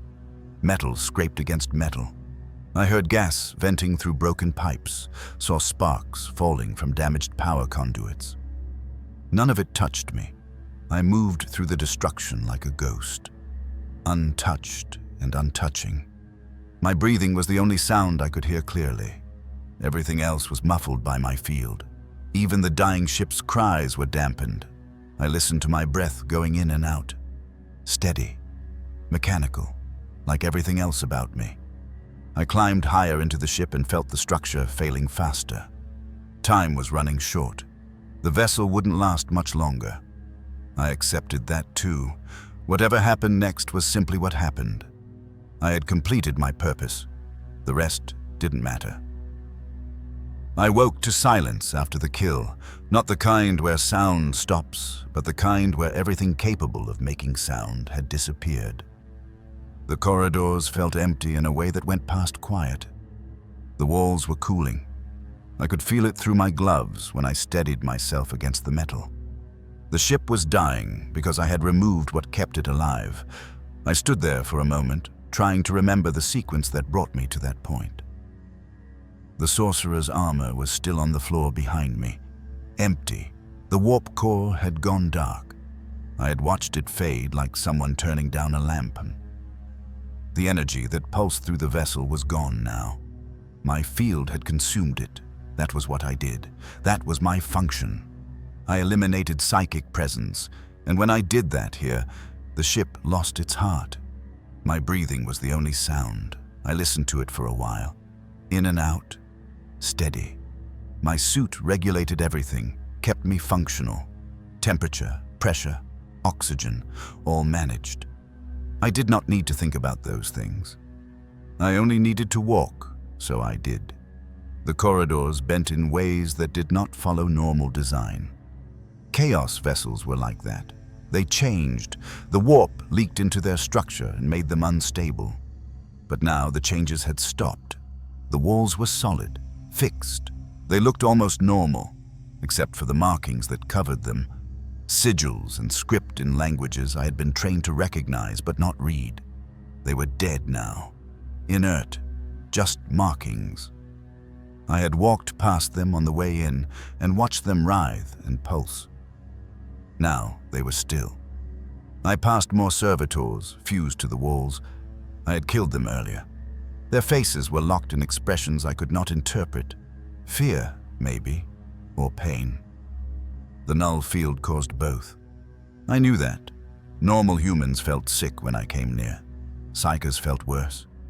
These servitors had been corrupted, rewired to channel warp energy through their augmetics. When my field touched them, that energy collapsed. They stopped functioning. I had shot them to be certain, but the field had done most of the work. I kept walking. My orders had been clear. Infiltrate. Eliminate the sorcerer. Disrupt the vessel's warp connection. I had done all of that. What came next was not in the briefing.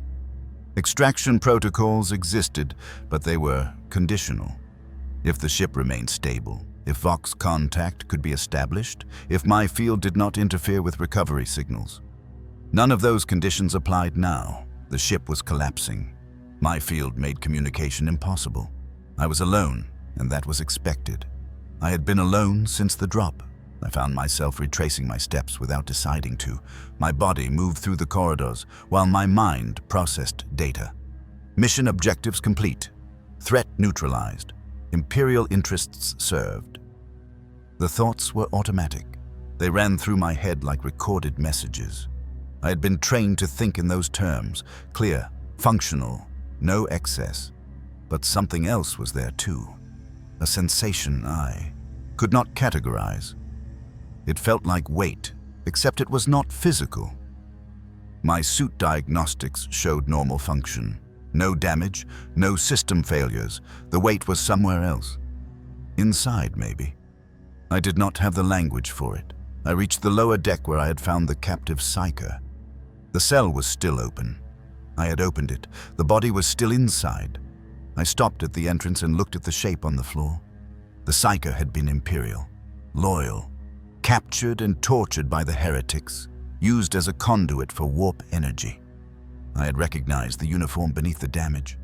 Navy, I thought, or Guard. The insignia was burned away. When I had approached the cell, the psyker had looked at me. I remembered that. Their eyes had been wide. They had tried to speak. The words came out wrong. Distorted. My field disrupted psychic ability, and psychers needed that ability to function, to think clearly, to control their power. Without it, they unraveled. The Psyker had reached toward me. Their hand had been shaking. The skin had started to crack where my shadow touched them. I had opened the cell because my field would kill them either way. Leaving them locked inside would have drawn it out, made it slower. Opening the cell let me get closer, end it faster. That had seemed like the right choice. I still thought it was. But standing there now, looking at the body, I was not certain what right meant. The Psyker's eyes were open. They had turned gray, glassy. The expression was empty. No pain, no relief, just nothing. I crouched down without planning to. My knee touched the floor. The metal was cold. I could feel it through the armor. I looked at the Psyker's face and tried to understand what I was feeling. The weight in my chest had gotten heavier. It pressed down in a way that made breathing harder. Not physically. My suit showed normal respiratory function, but it felt harder. I thought about what the Psyker had tried to say. Help me, maybe. Or please. The words had collapsed before finishing. I had helped in the only way I could. I had ended the suffering. That was mercy. My instructor's voice came back to me then. The words I had learned during training. Silence is the Emperor's mercy. I had repeated that phrase hundreds of times, thousands. It was doctrine, truth. I had believed it. I still believed it. But sitting there, looking at the Psyker's empty eyes, the phrase felt different, heavier. The mercy was real. I had given it, but the silence was permanent, final. The Psyker was gone in a way that went beyond death. Their soul had been unraveled, pulled apart by my field. They would not return to the Emperor. They would not exist anywhere. They were just gone. I stood up. My legs were steady. I turned away from the cell and continued walking. The corridor ahead was darker than before. Lights were failing. The ship's power systems were dying. Emergency lighting flickered once, then went out. My helmet display switched to low light, vision. Everything turned green and gray. Shapes became outlines. I kept moving. Something caught my attention. A sound. Except there was no sound. That was the problem. I had walked this corridor before, on the way in. It had been full of noise then, chanting, screaming. The ship itself had made sounds, metal groaning, pipes hissing, machinery grinding. Now there was nothing. My footsteps should have echoed. They did not. The space around me absorbed everything. My field was doing that. It was consuming sound now, or something close to sound. The air itself felt dead. I remembered a moment from training. I had been younger then, before the conditioning was complete. I had made a mistake during an exercise. Hesitated. The instructor had corrected me. I could not remember the instructor's face. That memory had been removed. But I remembered the voice. Calm. Certain. "You are a tool," the voice had said. "Tools do not choose, they function." I had accepted that. It had made things simpler, easier. I did not have to choose, I only had to function. But walking through the dead corridors of the ship, I felt something that contradicted the lesson. A thought, a question. If I was a tool, why did the weight in my chest keep getting heavier? Tools did not feel weight. They did not look at corpses and wonder about mercy. They did not remember voices from before conditioning. I tried to push the thought away. It did not leave. I found a stairwell leading up. The steps were uneven, warped. I climbed them carefully. My balance was good, my coordination perfect. The training had made me efficient in every way. I reached the top and emerged into a wider space, a gallery, maybe, or an observation deck. The walls were lined with windows, transparium. Most of it was cracked. Some panes were missing entirely. Beyond the windows was void, empty space. The Eye of Terror was out there somewhere. I could not see it from this angle. I walked to the nearest intact window and looked out. The view showed debris, pieces of other ships, asteroids, dust. Everything drifted in slow motion. No sound reached me. Space was always silent, but this felt different, deeper, as if my field extended beyond the hull and into the void itself, as if I was making the universe quiet. I thought about the sorcerer, the final confrontation. He had summoned images, projections, things meant to distract me or frighten me. I had watched them dissolve as I approached. One of the images had been a woman. She had looked familiar in a way I could not explain. She had been reaching toward me, saying something. I had not been able to hear the words. My field had erased them. The image had collapsed when I got close.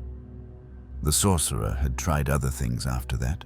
More projections, more psychic attacks. All of them failed. In the end, I had touched him, put my hand on his forehead.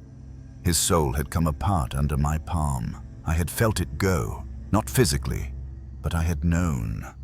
The silence had confirmed. The sorcerer had said something before he died. "You are nothing." He had meant it as an insult, a curse, but he was right. I was nothing. That was my purpose. I was absence, negation. I erased things, people, energy, memory. I was good at it, perfect at it. The Imperium had made me this way because nothing else could do what I did. Psychers were threats. Demons were threats. The warp was a threat. And I ended threats by being nothing. I pressed my hand against the transparium. The glass was cold. I could feel it through my glove. My reflection looked back at me. The helmet hid my face. The armor hid my shape. I looked like a shadow, a dark outline without detail. That was accurate. I was a shadow. I did not have a face that mattered. I did not have a name that anyone used. I was a designation, a number in a file somewhere. The people who deployed me did not say goodbye. They did not need to. I was already gone. The weight in my chest had not left. It was still there, pressing. I tried to identify it. Fear? No. I did not feel fear. Sadness. I did not know what that felt like. Not really. The conditioning had removed most emotions. What remained were echoes, fragments. This weight was one of those fragments. I did not know what to call it. A memory surfaced, brief, unclear. A child laughing. I did not know who the child was. I did not know where the memory came from. It might not have been real. The mind invented things sometimes, filled gaps, but the laughter felt real. It had a sound, a pitch. I tried to hold on to it. The memory slipped away, dissolved. My field did not allow memories like that. They were too warm, too alive. The field consumed them the same way it consumed everything else. I turned away from the window. The ship shuddered. A deep vibration ran through the floor. Structural failure. The vessel was coming apart. I had known this would happen. The warp core was dead. The energy that held the ship together was gone. Physics was taking over. Metal was cracking. Seals were breaking. Soon the void would pour in. I had maybe minutes, maybe less. I should have moved toward the hangar decks, checked for escape craft, survival pods, something that would have been logical, but I did not move. I stayed on the observation deck and watched the cracks in the transparium spread. Slowly, like ice forming, the void beyond was patient. It did not rush, it just waited. I thought about the captive psyker again, the empty eyes, the expression of nothing. I thought about the sorcerer's collapsing soul. I thought about the servitors fused to the walls. All of them were silent now. All of them were gone. I had done that. I had brought silence. The Emperor's mercy, I had delivered it perfectly. But mercy was supposed to feel different. I thought it was supposed to feel like relief, like completion. Instead, it felt like the weight in my chest, heavy, permanent. I had won. The mission was complete, the threat was eliminated, and I felt nothing except the weight. Maybe that was the point. Maybe mercy was not supposed to feel good. Maybe it was just supposed to be done. The ship shuddered again. harder this time. A section of the ceiling tore away. I watched it float into space. Tumbling, the air began to leak out. My suit compensated, sealed, pressurized. I was safe for now. The transparium in front of me cracked further. A long split ran from floor to ceiling. It would break soon. The void would come in, and I would go with it. I stood there and waited. My breathing was steady. In and out, the only sound.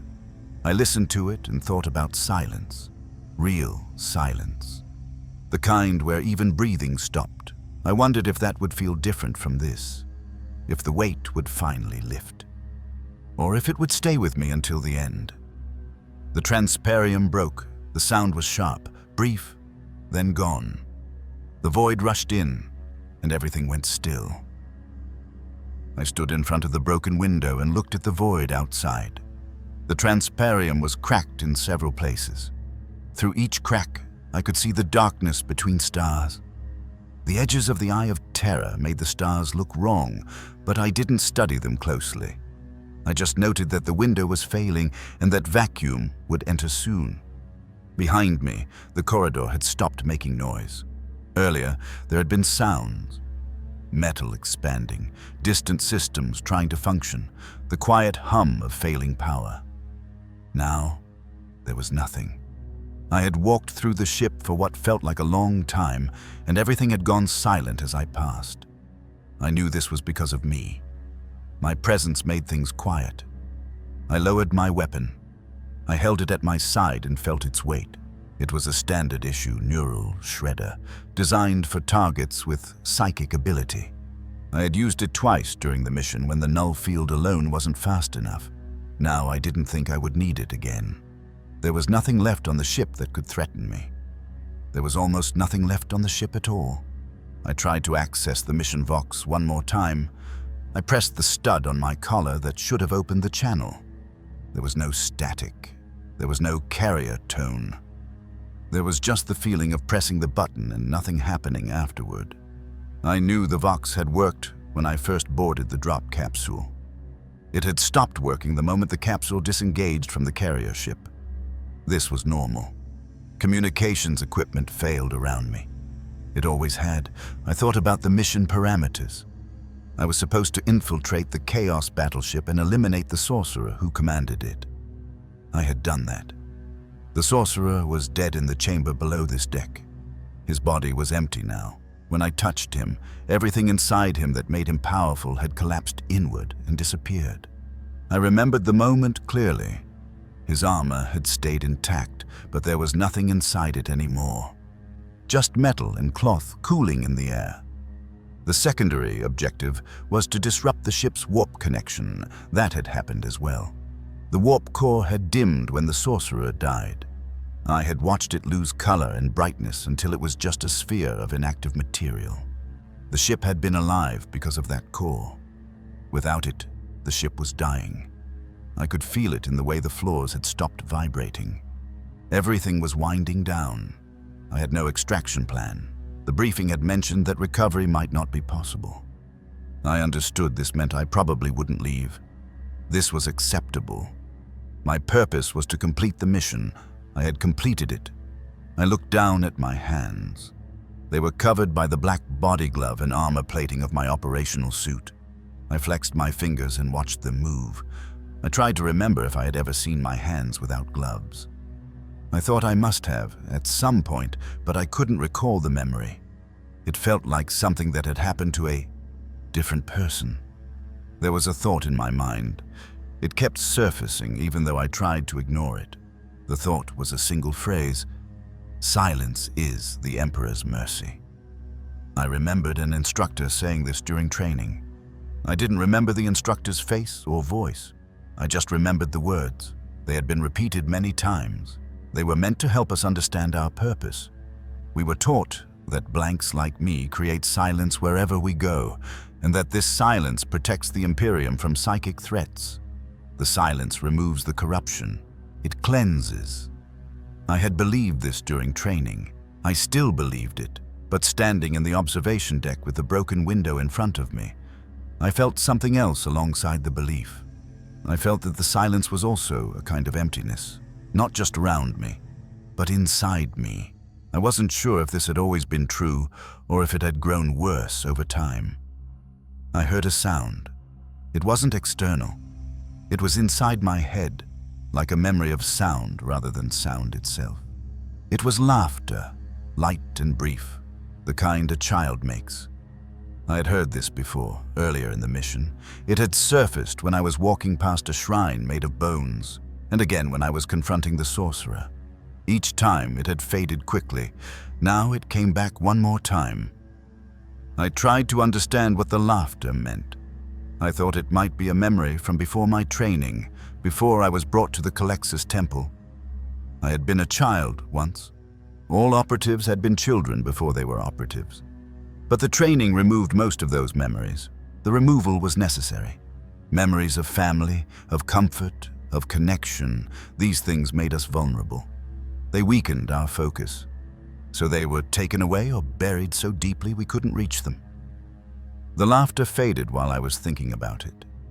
It didn't stop suddenly. It just grew quieter and quieter, like something moving away down a long corridor until I couldn't hear it anymore. When it was gone, I felt relieved, but I also felt something else, something I didn't have a name for. It was the sense that I had lost something important, even though I didn't know what it was. I turned away from the window and looked at the observation deck. It was a small room, designed for officers to watch the void during transit. There were 3 chairs bolted to the floor. They were empty. There was a data terminal on the wall, but its screen was dark. I walked to the terminal and pressed the activation switch. Nothing happened. The ship's power grid had collapsed enough that non-essential systems were offline. I sat down in one of the chairs. The motion felt strange. I realized I had been standing or walking for hours without rest. Sitting was not part of the mission profile, but there was no mission left to complete. I was simply waiting now. The chair was cold. I felt the temperature through the layers of my suit. I didn't know if the ship's life support was failing or if the cold was coming from the void outside. Either way, it didn't matter. My suit could sustain me for several more hours in hard vacuum. After that, I would die. This seemed like a reasonable outcome. I thought about the people I had killed during the mission. There were the corrupted servitors fused to the walls in the first corridor. They had been praying when I approached, their voices layered together in a chant to the dark gods. The chant had stopped when I got close. Their mouths had kept moving, but no sound came out. I had executed them quickly.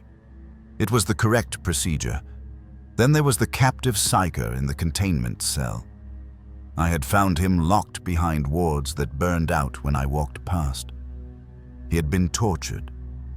His body was broken in ways I recognized from training manuals. The heretics had used him as a conduit to channel warp energy into the ship. When I opened the cell, he looked at me. He tried to speak.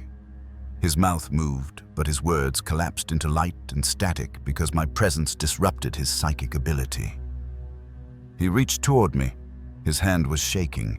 I had stepped closer. I thought I was going to help him. I didn't know why I thought that. It wasn't part of the mission, but for a moment I felt something that might have been compassion. I wanted to end his suffering. When I got close enough, his body began to break down. Where my shadow fell on him, his skin cracked and turned gray. His eyes lost their light. He made a sound, not a word, just a sound, and then he stopped breathing. I had killed him by existing near him. I hadn't needed to use a weapon. My presence alone was enough. I remembered kneeling next to his body afterward. I didn't know why I did that.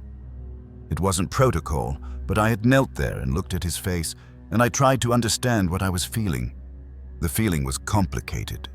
Part of it was the knowledge that I had ended his pain. Part of it was the knowledge that I had also ended any chance he had to be saved. Both things were true at the same time.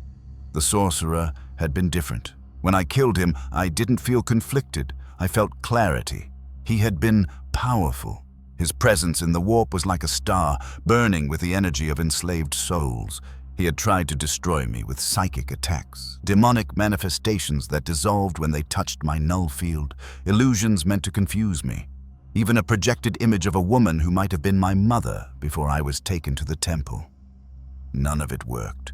I walked through all of it and reached him and put my hand on his forehead. He had said something before he died. He said, "You are nothing." I think he meant it as an insult, but I understood it as the truth. I was nothing. That was my purpose. I was the absence that ended presence. I was the silence that consumed sound. Being nothing was what made me effective. His soul had imploded when I touched him. I didn't see it with my eyes, but I felt it happen. One moment there was a vast pressure in the room, the weight of his power pressing against reality. The next moment, there was nothing. The pressure vanished. His body stayed standing for a second, and then it collapsed. The armor clattered on the floor. Inside it, there was nothing left. I had stood over him and felt calm. It was the calmest I had felt during the entire mission. All the confusion and the unwanted feelings from earlier were gone. There was just the simplicity of completion. I had done what I was sent to do. Now, sitting in the observation deck, I tried to hold on to that calm, but it was fading. In its place was something else, a kind of hollowness that felt deeper than the void outside. I wondered if this was what the sorcerer had meant. Not that I was nothing in a weak or diminished way, but that I was nothing in an absolute way. I had no soul. I had no connection to the warp, or to other people, or to anything beyond my function. I was a weapon that had been fired and had hit its target, and now there was no reason for me to continue. The ship groaned. It was a deep sound, coming from the structural beams and supports that held the vessel together. I felt it through the floor and the chair. The groan lasted for several seconds, and then it stopped. I knew this meant the ship was breaking apart. The warp core's collapse had destabilized everything.